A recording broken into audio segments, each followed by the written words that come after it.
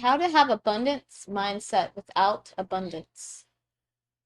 Well, as Wayne Dyer used to say, contemplate yourself as being surrounded by the conditions that you wish to create in your life.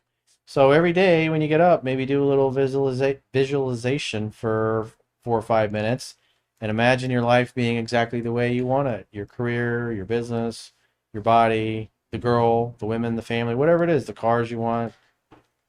And see yourself as surrounded by the conditions you want to create. And then ask yourself, what do I have to do? Who do I got to become? What part of myself do I have to develop in order to make that vision a reality? And then come up with a map, as Tony Robbins would say, a massive action plan and take action. Every day, you should be in the back of your mind, what do I have to get done today before I go to bed at night? That should be your number one thought as a man is getting stuff done that has to get done every day. That's part of being disciplined. And there's going to be a lot of days, probably most of your days, there's going to be lots of things you have to do that you don't want to do and you don't feel like doing, but you're going to do them anyways, just because discipline equals freedom.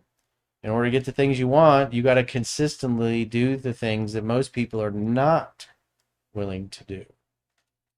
And so inaction breeds fear and doubt. Taking action breeds confidence and courage. So if you're sitting around with your thumb up your butt, you're not going to feel very abundant.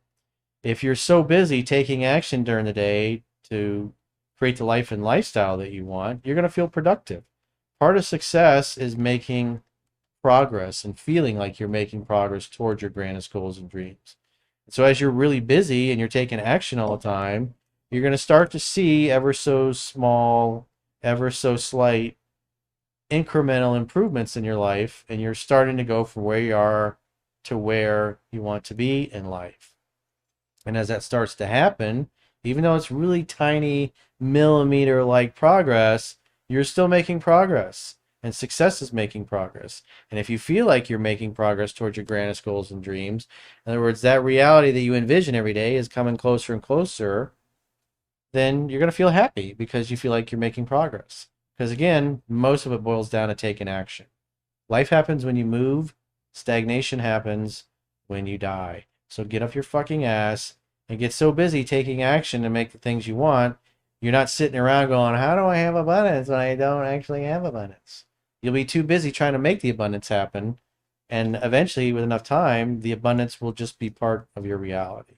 My girlfriend doesn't seem as interested and excited to meet. I screwed up in the past, been working on it already. Any advice to when things hit this stage? Well, if her interest is low, then stop giving her your attention and see her less.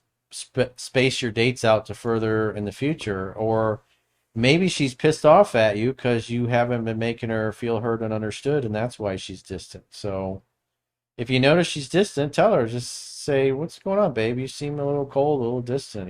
You're upset. What's going on? Something's bothering you. You're not as warm as you normally are." You should be if you're in a relationship, you should be at the point where you can say things like that, and she'll tell you. So you got to open her up. When a woman feels heard and understood, the legs are going to open, and when she doesn't, the legs close. That's a fact of life. Good day, everyone. How do you maintain friendships and relationships, especially going to college in a different area? Maintain friendship? You gotta Yes. call them, do FaceTime with your friends, especially if they're really good friends and you've been close with them for years. You didn't want them to fall by the wayside because you moved somewhere else. A lot of my friends live in Charlotte that I've been friends with for like almost over 20 years, and we FaceTime, we call each other, we always stay in touch, you know.